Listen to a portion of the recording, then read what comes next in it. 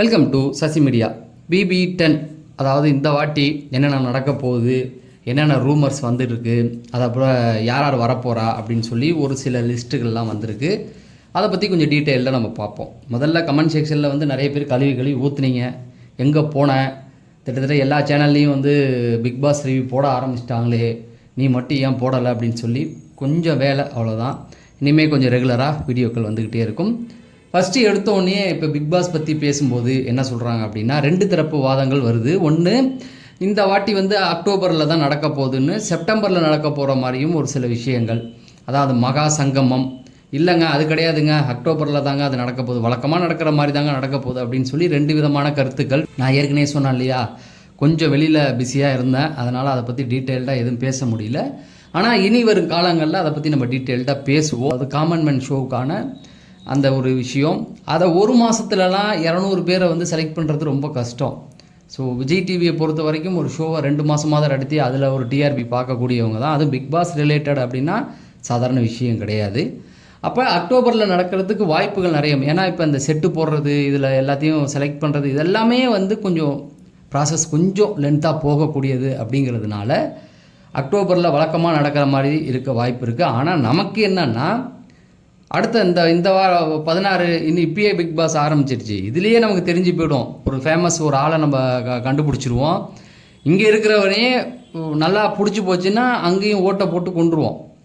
ஏன்னா இதில் நீங்கள் பார்த்தீங்க அப்படின்னு வச்சிங்களேன், தெலுங்கில் என்ன பண்ணுவாங்கன்னா அப்படி தான் நடந்தது. அங்கே யார் ஜெயிச்சாவோ, காமன் மேனை அக்னி பரீட்சைன்னு சொல்லி வச்சாங்க. அங்கே முதல் யார் ஜெயிச்சாவோ அவர் டைட்டில் வின் பண்ணிட்டாரு. அதான் நம்ம மனசு. இங்கே பிடிச்சிருச்சுன்னா அப்புறம் அவருக்கு ஓட்டு எகிரிடும் இல்லையா. அதனால் இதில் காமன் மேனில் ஜெயிக்கிறவங்களுக்கும் பெரிய எதிர்காலம் இருக்குது. நமக்கு பிக் பாஸ் இங்கேயே ஆரம்பிச்சிருச்சு. நல்ல தகுதியான ஆட்கள் தான் ஜட்ஜஸ் வரவங்க எல்லாருமே 100 நாள் வீட்டுக்குள்ளே இருந்தவங்க தான். அது 1% அவங்க மேலே விமர்சனங்கள் நம்ம எவ்வளோ வேணால் வைக்கலாம். ராஜிபாய், ஆரி, ஓவியா ப்ளஸ் மாயா, எவ்வளோ விமர்சனங்கள் அவங்க மேலே நம்ம வச்சாலும் ஒன்று மட்டும் உறுதி, அவங்க அந்த அந்த பிளேஸில் இருக்கிறதுக்கு தகுதியான ஆள். நெகட்டிவாக இருந்தாலும் மாயா அந்த சீசனில் மாயா இல்லை அப்படின்னா அர்ச்சனான்னு ஒருத்தவங்க கிடையாது இல்லையா. ஒரு கேங்கை ஃபாலோ பண்ணி அர்ச்சனாவை அடித்தது அவங்க தானே. ஸோ நெகட்டிவாக இருந்தாலும் அந்த ஷோ ஓட வைக்கிறதுக்கு அவங்களுக்கு தெரியும் என்னென்ன பண்ணுறதுன்னு. அப்படி தான் ஒவ்வொருத்தவங்களும். அதனால் இந்த அக்னி பரீட்சை நல்லா இருக்க போகுது அப்படிங்கிறது தான். இப்போ இந்த சோஷியல் மீடியா அப்படின்னு சொன்னாவே நான் வழக்கமாக சொல்லுவேன், 3 சீசனாக நான் சொல்லிகிட்டு இருக்கேன். தொடர்ந்து பார்க்குறவங்களுக்கு தெரியும். என்னென்னா, நம்ம ஒரு விஷயத்தை கொளுத்தி போடுவோம். என்னென்னா, யார் யார் இந்த வாட்டி கலந்துக்க போகிறா அப்படின்னு சொல்லி ஒவ்வொரு சேனல்லையும் பார்த்தீங்கன்னா ஒரு 20 வீடியோவாவது போட்டுருவாங்க. அதுவும் இந்த வாட்டி செப்டம்பரில் தொடங்கிட்டோம். பொதுவாக ஆகஸ்ட்லேயே தொடங்கிட்டோம். பொதுவாக செப்டம்பரில் தான் இது தொடங்கும். இப்போ அக்னி பரீட்சை அப்படின்னு ஒன்று வந்தனால காமன் மேன் ஷோ தான் சொல்கிறோம். அது வந்தனால என்ன பண்ணிட்டோம், இப்போயே ஆரம்பிச்சிட்டோம். நீங்கள் வேணால் பார்த்தீங்கன்னா பிக் பாஸ் ஸ்டார்ட் ஆகிறதுக்கு முன்னாடி குறைஞ்சது ஒவ்வொருத்தவனும் ஒரு 20 வீடியோ போட்டிருப்பான். அந்த 20 வீடியோலையும் ஒவ்வொரு வீடியோலையும் ஒரு 10 பேரை சொல்லியிருப்போம். அப்போனா பார்த்துங்களேன், 200 பேர் நம்மளே சொல்லிடுறோம் இவங்கெல்லாம் வரப்போகிறாங்கன்னு. ஆனால் வரப்போகிறது 20 பேர் தான். என்னென்னா, இது ஒரு ஒரு ஒரு ஸ்ட்ராட்டஜி தான் இதுவும். என்னென்னா, அவங்களே ஆட்களை பேர்களை சிதற விடுவாங்க. அது அப்படியே அதை பற்றி நம்மளை பேச வைப்பாங்க. ஆனால் அந்த 20 வீடியோ இருக்குல்ல, அந்த 20 வீடியோலையும் நம்ம சொல்கிறதுல ஒருத்தன் சிக்குவோம். அவ்வளோ அதை நம்ம சொல்கிறோம். உங்களுக்கும் ஆர்வம் இருக்குது, எங்களுக்கும் ஆர்வம் இருக்குது. அதனால தான் அதில் இந்த வாட்டி விஜய் டிவிலேருந்து பெரும் ஆட்கள் வரப்போகிறதா ஒரு நியூஸ் வருது. அதன்படி விஜய் டிவிக்குள்ளேருந்து யார் யார் வரப்போகிறா, யாருடைய பேர் அடிப்படுது அப்படிங்கிறத பற்றி மட்டுமே நம்ம சொல்லுவோம். அடுத்தடுத்த வீடியோக்களில் யார் யார் வரப்போகிறா அப்படிங்கிறத பற்றி பேசுவோம். ஃபஸ்ட்டு நம்ம ராமர் வரப்போகிறதா ஒரு நியூஸ் வந்துக்கிட்டு இருக்குது. ராமரை தெரியாதவங்க விஜய் டிவி பார்க்குறவங்க யாருமே எல்லாருக்குமே தெரியும். அந்த அளவுக்கு ராமர் ஃபேமஸ்ஸு. ஸோ நல்ல ஒரு மனிதன் சொல்லலாம். ஈகோ இல்லாமல் அந்த அது இது எது அதில் சிரிச்சா போச்சில் ஆரம்பித்து ராமர் வீடுன்னு அவர் பேர்லேயே ஒரு ஷோ வச்சு எல்லா ஷோலையும் கொண்டார். சூப்பர் சிங்கர், டான்ஸு எல்லாத்துலேயும் வருவார். ஈகோ இருக்காது அந்த மனுஷர்கிட்ட. எல்லா கவுண்டர்லேயும் யாராவது பாலா இறங்கி கலாச்சா கூட அதை ஏற்றுக்கக்கூடிய ஒருத்தவர். ஆனாலும் அவருக்குன்னு ஒரு ஸ்டைல் இருக்குது நம்மளை சிரிக்க வைக்கிறதுக்கு. இந்த இப்போ காமெடி ஷோலாம் இப்போ இவர் நிஷா கூடலாம் இறங்கி பண்ணாப்புல ஒன்றும் பெருசாக பண்ணாமல் லைட்டாக சின்ன சின்ன விஷயங்கள் பண்ணி கூட சிரிக்க வைக்கக்கூடியவர். பட் பிக் பாஸ் மாதிரியான ஷோவில் வந்தால் அவருக்கு இருக்கிற நல்ல பேர் கெட்ட பேர் ஆயிரும் அப்படிங்கிறத அவர் ஏற்றுக்கணும். அப்படி நிறைய பேர் இருக்காங்க. பட் இவருக்கு ஈகோ கிடையாது. யாராவது எதாவது சொன்னால் பெருசாக சண்டை போடுற மாதிரி அவர் அந்த மதுரை ஸ்லாங்லேயே பேசி வரவர் தான். பார்க்கலாம், இவர் வந்தாருன்னா கண்டிப்பாக சிரிக்க வைப்பார், அதுக்கான விஷயங்கள் இருக்குது. ஆனால் விஜய் டிவி செலிப்ரிட்டிக்கெல்லாம் கொஞ்சம் தலையில் கொம்பு ஒன்று இருக்கும். நம்மலாம் விஜய் டிவி செலிப்ரிட்டின்னு ஒரு கேங்கை ஃபாலோ பண்ணிடுவாங்க, அங்கே தான் அவங்க மாட்டிக்குவாங்க.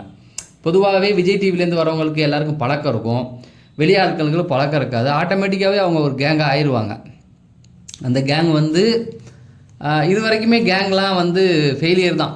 போன வாட்டி அன்பு கேங் 2.0 என்ன தான் நமக்கு பிடிச்சவங்க உள்ளே இருந்தாலும் அந்த கேங் ஃபாலோ ஆனிச்சுனாவே அவங்க நெகட்டிவாக வெளியில் தெரிய ஆரம்பிச்சிருவாங்க இல்லையா. ஒரு கேங் க்ரியேட் ஆகிடுச்சு அப்படின்னாவே அப்புறம் அதை அழிக்க இன்னொரு கேங்கோடு வந்தது.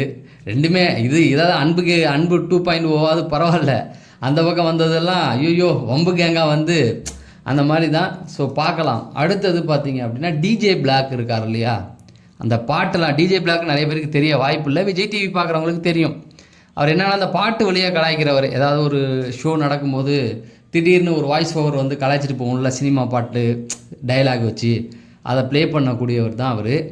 ஸோ அவருக்கு அந்த அந்த சூப்பர் சிங்கரில் அந்த நிஷாவா ஏதோ ஒரு பொண்ணு அது கொஞ்சம் ஃபேமஸாக போச்சு. அவருக்கு அந்த அந்த சூப்பர் சிங்கரில் அந்த நிஷாவா ஏதோ ஒரு பொண்ணு அது கொஞ்சம் ஃபேமஸாக போச்சு. அதுதான் அவங்க கூட வந்து ஏதோ லவ் பண்ணுற மாதிரி அதை பாட்டை போட்டு விட்டு அது வைரல் ஆச்சு, அவ்வளவுதான்.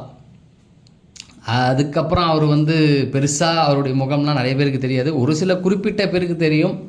பட் ஃபன் மோடு இருக்குது, லவ் மோடு இருக்குது, இந்த ரெண்டு விஷயமும் அவர் பண்ணியிருக்காரு, நான் பார்த்துருக்கேன்.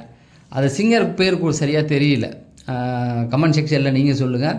பட் அதெல்லாம் அவர் பண்ணார், பார்க்கலாம் இவர் வந்து எந்த அளவுக்கு ஃபேமஸ் ஆக போகிறாரு அப்படின்னு சொல்லி.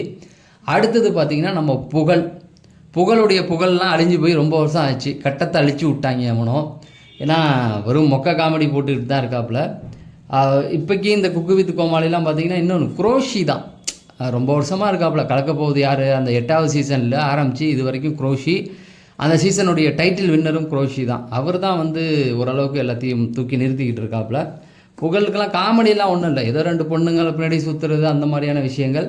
பிக் பாஸ் வீட்டுக்குள்ளே வந்து அவர்லாம் 2 பொண்ணுங்க பின்னாடி சுற்றினான். காமெடி ஷோவில் சுற்றினாருன்னா ஓகே ரசிப்போம். பிக் பாஸ் வீட்டில் சீரியஸாக பண்ணுற அளவுக்குலாம் அவருக்கு அந்த அளவுக்குலாம் எடுபடலை. ரெண்டாவது இப்போ இந்த போன சீசன் முடிஞ்ச உடனே ஒரு கேஸ் கூட வாங்கினாப்புல, ஏதோ அடிச்சு விட்டான் அப்படின்னு சொல்லி. ஸோ அதை தான் சொல்கிறேன், நம்ம ஒருத்தவங்கள காமெடியனாக பார்த்து ரசிச்சிருப்போம், காமெடியன்னா இப்படி தான் இருப்பான்னு.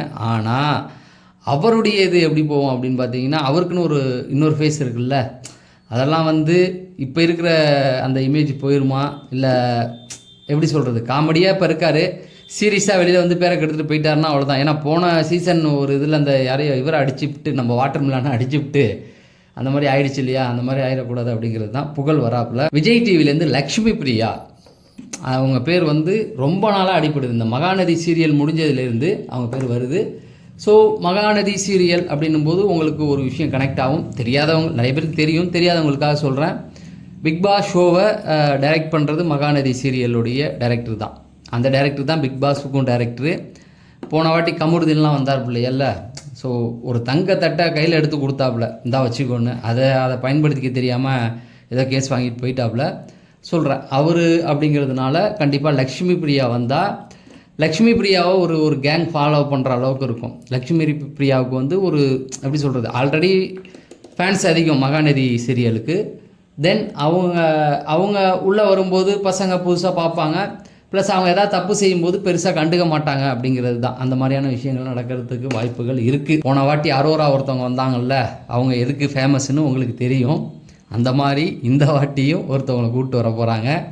அவங்க அரோராவை தாண்டினவங்க, ஆனால் அவங்க வந்தாங்கன்னா பசங்க 24 ஹவர்ஸும் பிஸியாக தான் உட்காந்து ஹாட்ஸ்டாரை 24 மணி நேரமும் பார்த்துக்கிட்டு இருப்பாங்க. அந்த அளவுக்கான ஒரு ஆள் வரப்போகிறாங்க. ஸோ அதெல்லாம் அடுத்தடுத்த வீடியோக்கள் நம்ம பேசுவோம். இப்போக்கி விஜய் டிவி செலிப்ரிட்டி தான், அவங்களோட இதை முடிச்சிருக்கேன். அடுத்து சோஷியல் மீடியா பிரபலங்களும் கூப்பிட்டு வர போகிறாங்க. அதாவது போன சீசனில் பண்ணாங்க இல்லையா, ஆனால் இந்த சீசனில் வரவங்க தரமான ஆட்களாக வந்திருக்காங்க. நாளைக்கு வீடியோவில் பேசுவோம். பழைய ஆட்கள் பார்க்கும்போது அப்படியே கமெண்ட் செக்ஷனில் உங்கள் பேரை போட்டுகிட்டே வாங்க, இப்போலேருந்து ஆரம்பிப்போம், உங்களுக்குலாம் நான் ரிப்ளை பண்ணுறேன் வீடியோவில் அப்படிங்கிறத சொல்லி விடைபெறேன். நன்றி, வணக்கம்.